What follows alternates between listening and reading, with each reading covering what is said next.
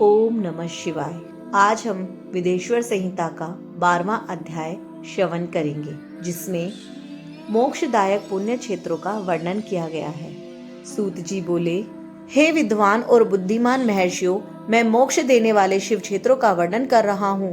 पर्वत, वन और काननों सहित इस पृथ्वी का विस्तार 50 करोड़ योजन है। भगवान शिव की इच्छा से पृथ्वी ने सभी को धारण किया है। भगवान शिव ने भूतल पर विभिन्न स्थानों पर वहां के प्राणियों को मोक्ष देने के लिए शिव क्षेत्र का निर्माण किया है। कुछ क्षेत्रों को देवताओं और ऋषियों ने अपना निवास स्थान बनाया है, इसीलिए उसमें तीर्थत्व प्रकट हो गया है। बहुत से तीर्थ ऐसे हैं जो स्वयं प्रकट हुए हैं।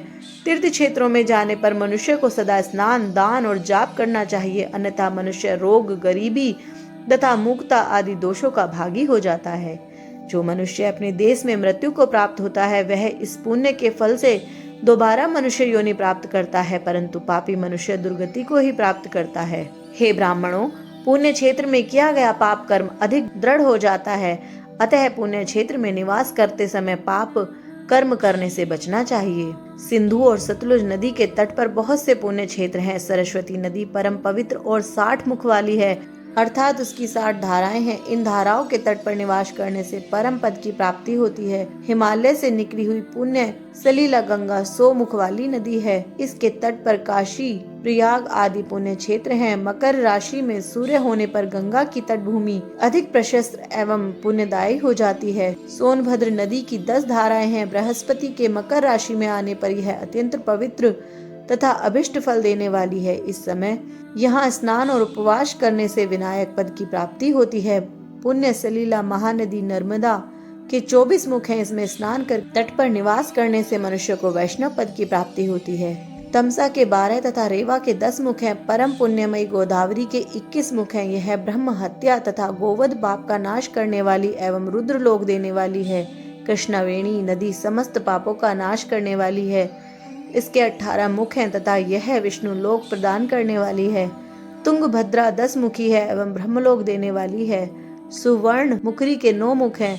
ब्रह्मलोक से लौटे जीव इसी नदी के तट पर जन्म लेते हैं। सरस्वती नदी, पंपा सरोवर, कन्याकुमारी, अंतरीप तथा शुभ कारक श्वेत नदी सभी पुण्य क्षेत्र हैं। इनके तट पर निवास करने से इंद्रलोक की प्राप्ति होती है।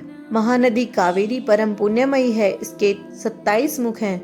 यह संपूर्ण अभिष्ट वस्तुओं को देने वाली है। इसके तट ब्रह्मा विष्णु का पद देने वाले हैं। कावेरी के जो तट शिव क्षेत्र के अंतर्गत हैं, वे अभिष्ट फल तथा शिवलोक प्रदान करने वाले हैं।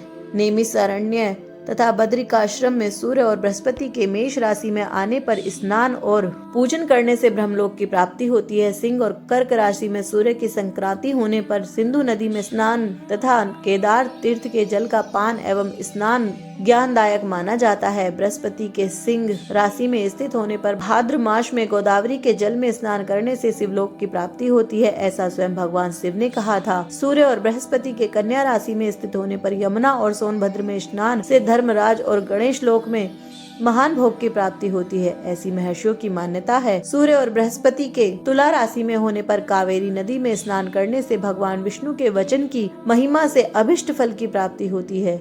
मार्गशीर्ष माह में सूर्य और बृहस्पति के वृश्चिक राशि में आने पर नर्मदा में स्नान करने से विष्णु पद की प्राप्ति होती है। सूर्य और बृहस्पति के धनु राशि में होने पर सुवर्ण मुखरी नदी में किया स्नान शिवलोक प्रदान करने वाला है। मकर राशि में सूर्य और बृहस्पति के माघ मास में होने पर गंगा जी में किया गया स्नान शिवलोक प्रदान करने वाला है। शिवलोक के पश्चात ब्रह्मा और विष्णु के स्थानों में सुख भोग कर अंत में मनुष्य को ज्ञान की प्राप्ति होती है। माघ मास में सूर्य के कुंभ राशि में होने पर फागुन मास में गंगा तट पर किया श्राद्ध, पिंडदान अथवा तिलोदक दान पिता और नाना दोनों कुलों के पितरों की अनेकों पीढ़ियों का उद्धार करने वाला है। गंगा व कावेरी नदी का आश्रय लेकर तीर्थवास करने से पाप का नाश हो जाता है।